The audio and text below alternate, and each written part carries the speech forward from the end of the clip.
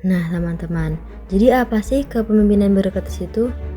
Kepemimpinan birokratis adalah gaya manajemen yang mengikuti struktur hierarki. Pengambilan keputusan mengikuti rantai komando yang jelas berdasarkan aturan dan regulasi yang ditetapkan. Manajemen birokratis menciptakan terciptanya sistem yang efisien karena harapan, peran, dan tanggung jawab yang dijabarkan dengan jelas. Prosedur dan strukturnya ditetapkan dengan jelas pula sehingga menghilangkan bias risiko. Ini nih karakteristik kepemimpinan birokratis. Yang pertama, struktur hierarki yang formal. Yang kedua, pembagian kerja dan spesialisasi. Ketiga, memiliki aturan dan juga ketentuan. Keempat, impersonalitas. Yang kelima, ketidakberpihakan. Kepemimpinan birokratis pastinya punya kelebihan dan kekurangan tersendiri. Nah, kelebihannya yang pertama itu adalah prediktabilitas. Yang kedua, efisiensi. Yang ketiga, stabilitas. Yang keempat, standarisasi. Sedangkan kekurangannya adalah yang pertama, kurangnya kreativitas. Yang kedua, ketidakfleksibelan. Yang ketiga, pengambilan keputusan yang lambat. Yang keempat, resistensi terhadap inovasi. Jadi, kepemimpinan birokratis itu biasanya digunakan di mana sih? Nah, yang pertama, kepemimpinan birokratis umum digunakan pada sektor konstruksi dan juga teknik. Yang kedua, pada sektor keperawatan dan kesehatan. Yang ketiga, pada sektor pendidikan. Yang keempat, intelijen dan keamanan.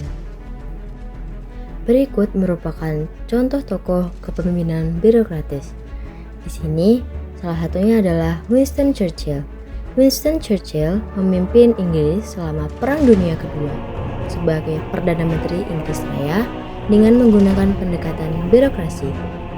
Para bawahannya memiliki tugas yang ditetapkan dengan jelas yang menghasilkan efisiensi tinggi dalam upaya perang mereka. Sebelumnya kenalan dulu yuk sama kami yang kita kelompok 11 yang akan menayangkan video dengan tema kepemimpinan birokratis. See you guys!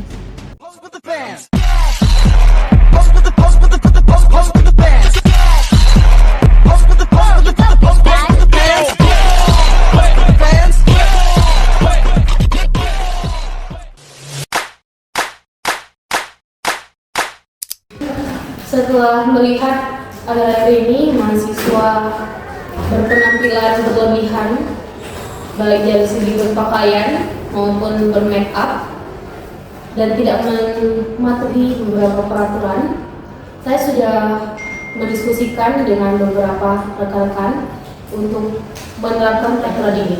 Tolong diberitahukan kepada rekan-rekan yang ada. Baik. Assalamualaikum teman-teman.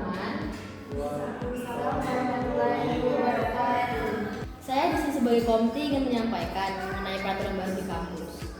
Di sini tertera bahwa mahasiswa diharuskan menggunakan dalaman jilbab atau ciput, menggunakan atribut seperti name tag dan juga menggunakan kaos kaki panjang berwarna putih ataupun berwarna seperti warna kulit. Dan juga dilarang menggunakan perhiasan kecuali jam tangan, dan juga dilarang memiliki kuku yang panjang dan juga mewarnai kuku.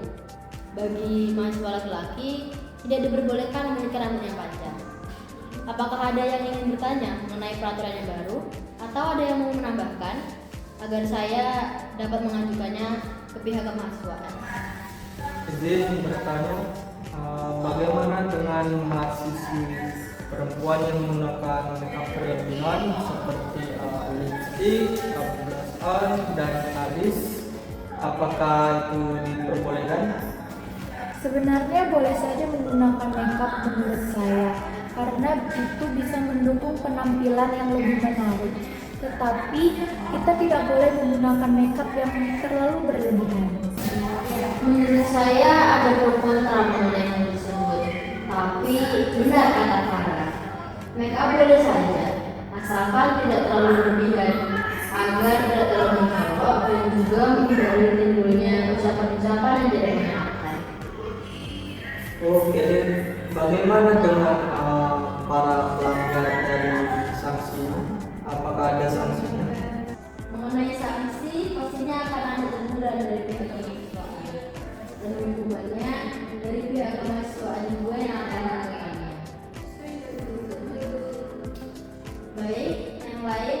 bagaimana? Ada yang mau ditambahkan? Kalau ada, boleh ditanyakan jika kurang jelas.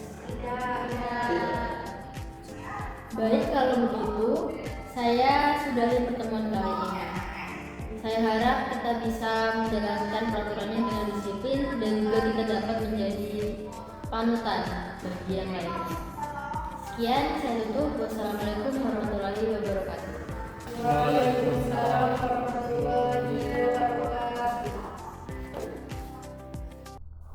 Kepemimpinan birokratis adalah gaya manajemen di mana para pemimpin mengikuti aturan, prosedur, dan hierarki yang ketat untuk memandu pengambilan keputusan dan operasi. Para pemimpin dalam pendekatan ini sangat bergantung pada kebijakan yang ditetapkan, memastikan konsistensi dan struktur, tetapi dapat membatasi fleksibilitas dan inovasi, seperti yang dilakukan Komti yang menyampaikan peraturan kampus agar teman-temannya mengikuti aturan dan prosedur kampus.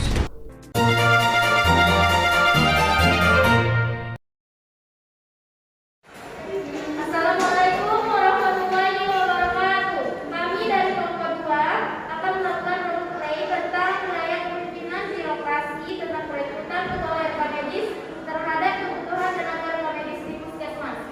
Saya Luis Kamasian sebagai kepala puskesmas. Saya Ina Kusuma sebagai kepala tata usaha. Saya Mustiani Juliana sebagai anggota tata usaha. Saya Dr. Rekana sebagai anggota tata usaha. Saya Mas Gapan sebagai pegawai rekam medis. Saya Fikri sebagai anggota usaha.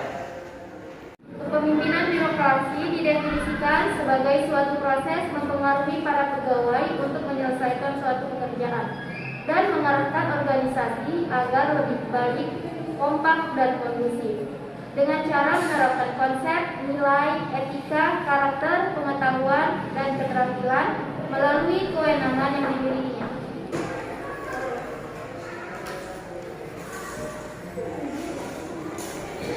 Selamat siang semuanya.